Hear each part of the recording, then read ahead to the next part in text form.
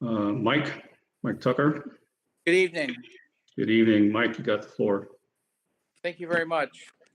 The financial data was in your packet.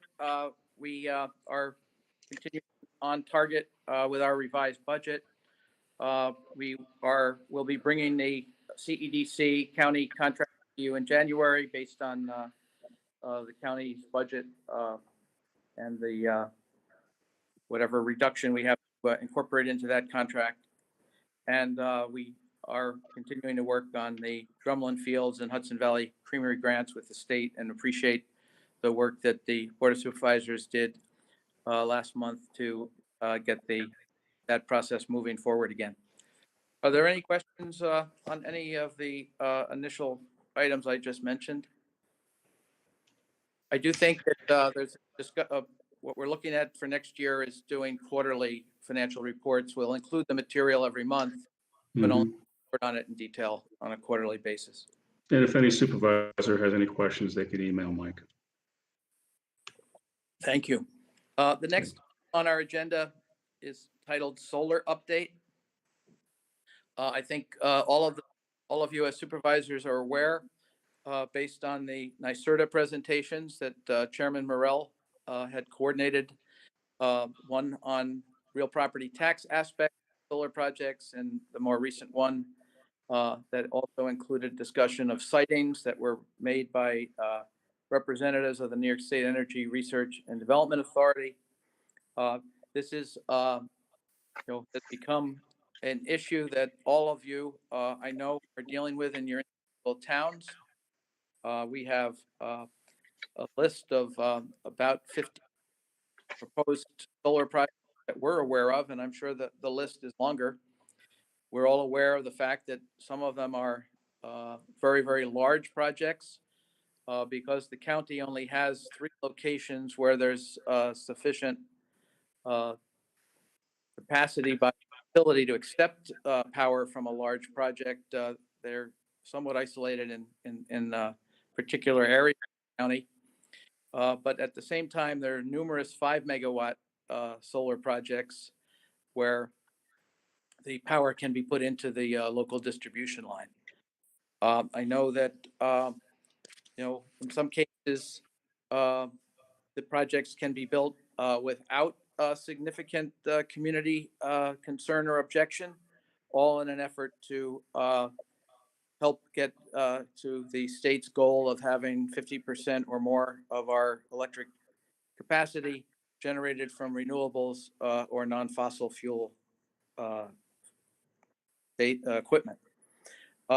With respect to that, I know there's been discussion at the county, and I know it'll continue with respect to what the county and the supervisors want to do with respect to the real property tax law and the various provisions that do you opt out, do you stay in? If you opt out, do you get a pilot? If you stay in, do you get a pilot? All of those things are still on the table, and I know you're discussing them in other forums. But in the meantime, several projects are moving forward at a pace that appears they are going through the hurdles of the local planning boards in the towns where they're proposed, and we're also where they are ready to get their financing, and their lenders are looking to determine what the real property tax obligations will be. So in that context, tonight we're going to familiarize the committee with proposed pilots for 2 projects, one in Livingston and one in Claverick. These projects are still pending before the town boards in those towns as they relate to the pilot. And I know both of those projects are proposed by East Light Power, and I know a representative of East Light is, I believe, is on the phone. Wendy, are you here? Yes, I'm here. Sorry, as I get my mic turned off. Yes, Wendy DeWolf, Eastlight Partners. I'm one of the principals and co-founders of Eastlight Partners. We're a small energy development firm focused on, particularly focused on solar power in the Northeast. We have been working in Columbia County doing these community scale solar projects since 2017. The end of 2017 was when we started. You may know us from a couple of our projects. The Greenport Solar Project, which is right on Route 9, is right near the Flanders building as you come into the city of Hudson. We have a project on Route 9 in Kinderhook, and we have a project right now under construction in the town of Ghent, right on Route 66, kind of near Olmsted Nursery. And we have, we've been working with Mike now for almost the same amount of time. As we engage with the community, we really do try to build projects that are an asset to the community. When we built Greenport, working in that type of location, we really had a great collaboration with Historic Hudson, Scenic Hudson, as well as the town of Greenport to bring a project that worked within the location and the community. We exclusively build projects or develop projects in which sit within the town code. For example, both of these projects in Livingston and Claverick are entirely within the restrictions or the requirements of the town code. So we're not asking for any variances. We're working with, in the town of Livingston, solar projects are only allowed in the C1 zone. We're only building it in the C1 zone, even though the property is the split zoning. We're meeting the lot coverage requirements. We're meeting the 200-foot setback requirements and all those different things as enumerated in the town code. Same goes with the Claverick project as well. So that's something that's core to us as a company when we build projects together. We've been working with the Hudson School District with our old Greenport project. So there we have a good relationship and a forum and support for them, and we'd be looking, to extend. I know the town of Claverick, we've already kind of engaged with them on the agreement. They passed a resolution to pass the pilot. We've obviously been talking to Mike about these projects as well. We typically, follow the standard guidelines for 487 on how to engage on these pilots and the notices and things like that. So when we go through these processes, we're looking through, we haven't had any projects with pilots with the county so far, since the county hasn't engaged. And as now we kind of see ourselves as landowners and members of this community, we're very excited to have the opportunity to support the county as well. Thank you, Wendy.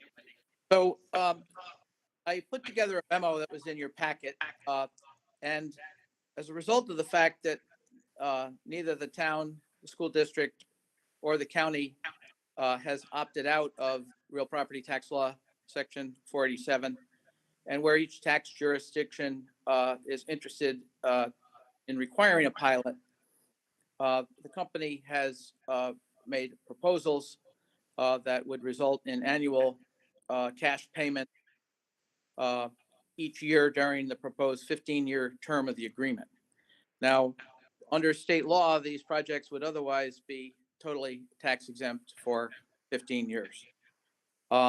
Under Section 487, the taxing jurisdictions continue to receive tax payments on the underlying real property, and any pilot payment agreed to by the jurisdictions is in addition to their rights to receive those payments. With respect to these two projects, the schedules that are included in the with the draft resolution and the contracts would provide for, in both cases, because they're both the same 5 megawatts, a total of $15,000 a year flat for 15 years. This tracks the 15-year schedule of 487, Section 487, and for the Claverick project, the split is 70 to the school district, 15 to the county and 15 to the town, the proposed split. For the Livingston project, the proposed split was 77.5 to the school district, and then the county and the town would split the remaining 22.5%. I guess when asked why the payments were not escalated, the company indicated that it could be restructured to provide for an escalation, but that the initial payment would be lower to provide for the same net present value income stream over time. And by having flat, the town, county, or school district would get more money up front.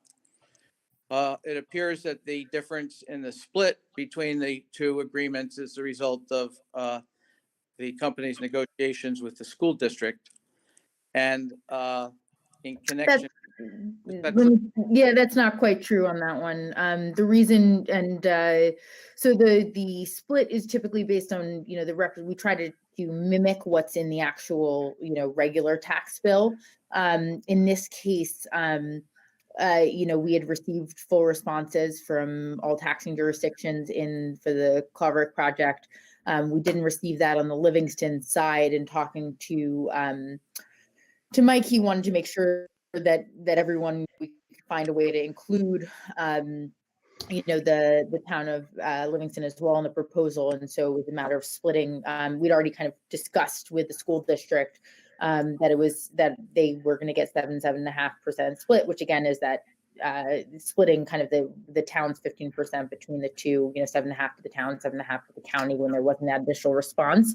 I could go back to the school district on that and discuss that breakdown, but at my suggestion, and I think it's simpler because they're approving them this week too, and they drove a lot of the terms of these, both because they have the largest portion. They asked the 3,000 a megawatt flat, which is consistent with what we've done with them on all of our projects.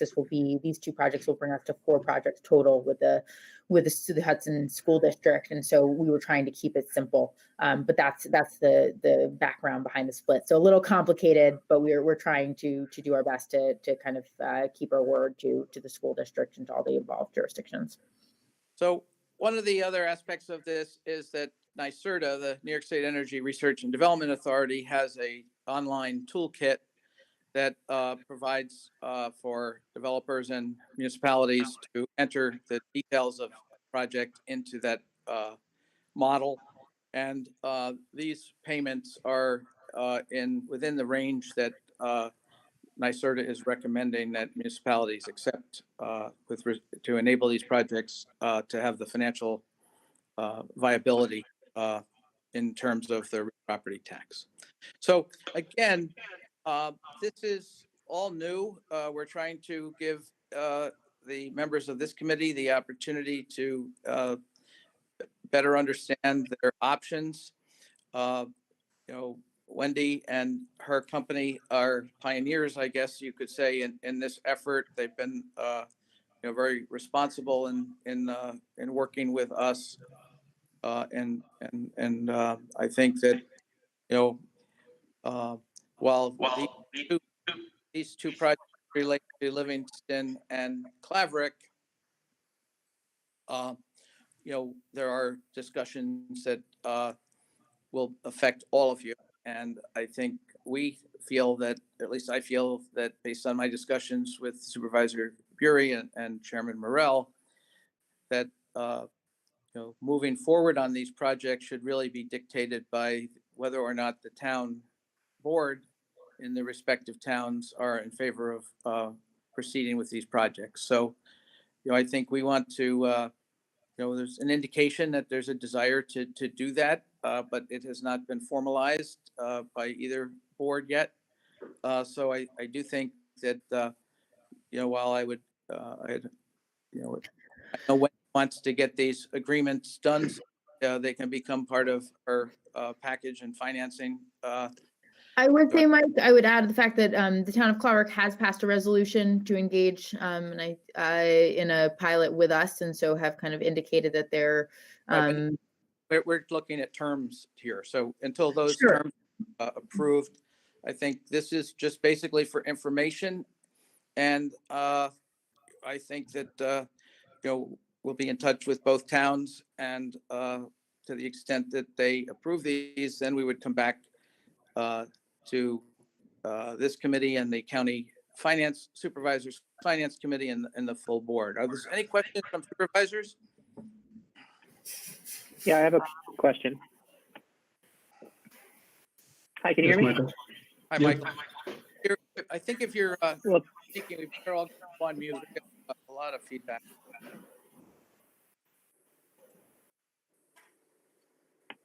is it better now? Okay. Yeah.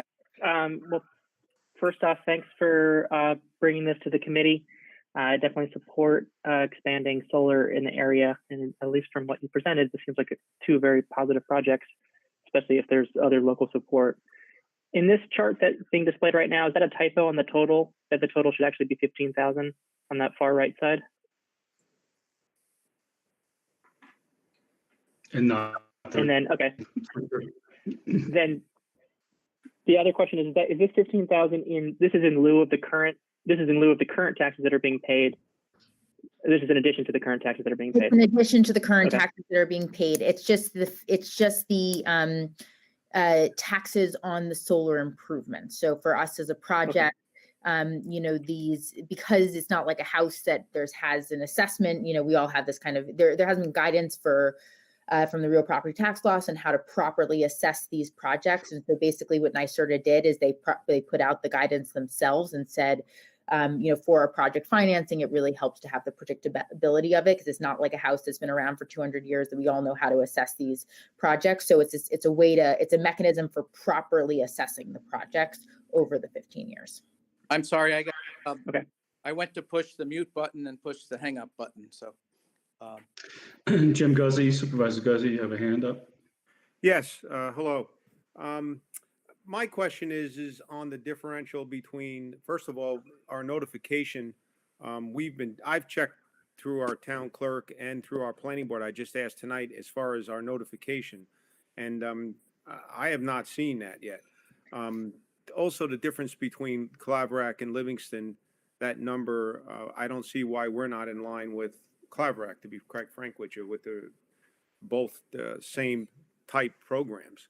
Totally. I will, do you have another question and then I can respond? Sorry. Yeah, and the third thing is that this shouldn't go to finance or go to anything until the towns have a chance to talk with their respective town boards and then get it approved. And then I think the next step could move on. That would be my opinion on this. All right. Couple things on that note. I'm totally happy to make it the same. This was, again, a suggestion that I received to split this piece of it, having to do with the fact that we had not received a response. Who suggested that, may I ask? In working with Mike Tucker's office and just trying to get what made sense, because we hadn't had a response. To make Livingston's higher than less money than the other ones? No, not at all. That's not what we were trying to do. we had no discussion with my office about. Yeah, because I have had no discussion, period. So, okay, let me start with my first question here. Here's my certified mail receipt for that I returned back on where we were on the notice. I can give you the name of who received it.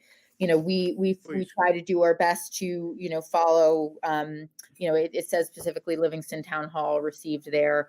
We'd be thrilled to include you into the agreement. We'd be thrilled to give you the same terms as the town of Claverack. We've been able to engage with you, which is great. Maybe we can set up a time to talk tomorrow over the phone and we can figure out more specifics on this and next steps with the town, which we would love to, to do on this. Obviously, the town attorney and the town board are well aware, or the town planning board is well aware of this project. And so we're happy to work with you and to work out the numbers to make them match the Claverack project for sure. Okay, thank you. And Wendy, just to be clear, I mean, I only received these agreements after these numbers were put in here. So we had nothing to do with setting those numbers. Yeah, because I just got a call from Mike on Friday afternoon and it was told about all of this and that was it, quite frankly. Totally fine. This was, maybe I misinterpreted something that was in an email back and forth, which is totally fine. I didn't mean to put something on anyone here. Just we want to get everyone the best arrangement they can possibly get. Okay. All right. So I have a We'll work question. together. Thank you. I have a question. Wendy, has Clover Rock signed off on this? So they have received all the same information. So I will say the school district has passed these agreements at these prices, driving these prices. We use the exact form that comes from the state. We don't really have a lot of we like to have the third parties, standard piece of this. We sent this, we received a response from the town of Claverack, from their attorney, who I believe is on this call, in the summer. Or in September. We sent the notices out in July, received something by September. They made a determination. We have a resolution of the plan board that they'd like to be part of it, a pilot. And so that's a resolution we had in hand within the 60-day required return. And then, we have sent them the same materials that we've shared with the school district and the town. The school district and the county, just to give an update on the agreement. It hasn't been finally approved yet. Okay, so everybody's aware of it. So then we can put it on for the January meeting.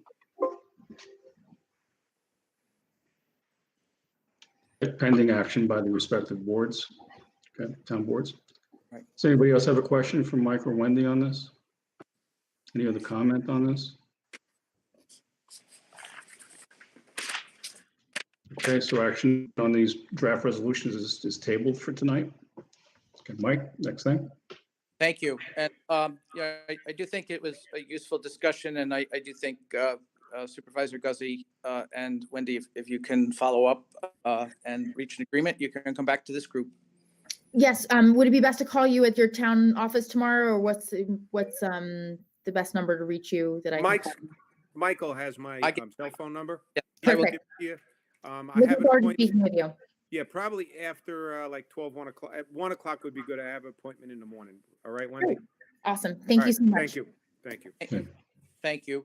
The next item I had was the broadband update. The broadband subcommittee chair, Supervisor Riley, and I both participated in a countywide call that was organized by some residents. And they have an idea as to how you might go about bringing the last mile of broadband.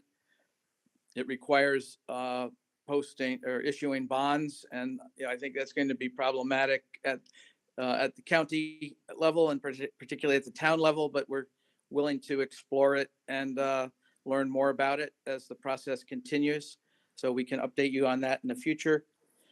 We continue to work with the school districts on your behalf on the initiative that Chairman Bury created back in August to identify their need with respect to bringing broadband services to areas where it doesn't exist through using Verizon hotspots for those families who are not financially able to pay the monthly service charge.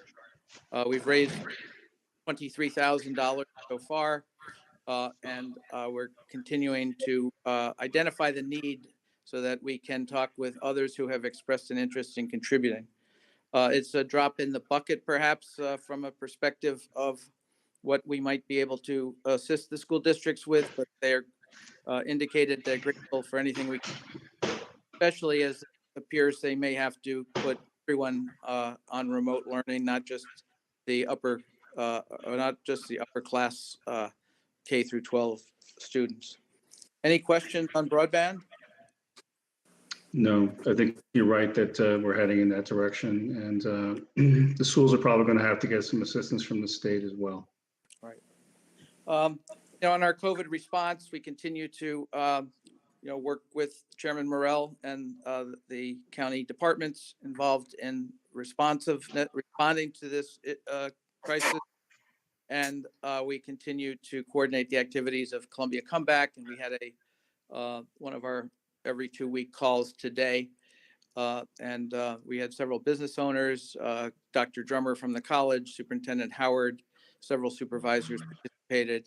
And it's an ongoing process, and we're treading water with the hopes that things won't get worse. Any questions, Mr. Chairman? I don't have any questions, Mike. Does anybody else have any questions for Mike?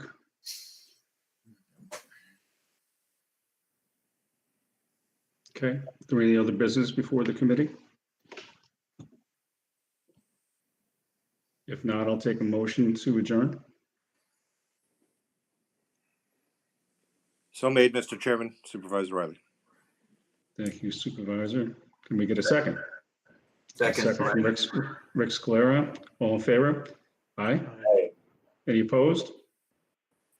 Okay, everybody. Thank you. Have a good night. See you Wednesday at the Finance Committee meeting.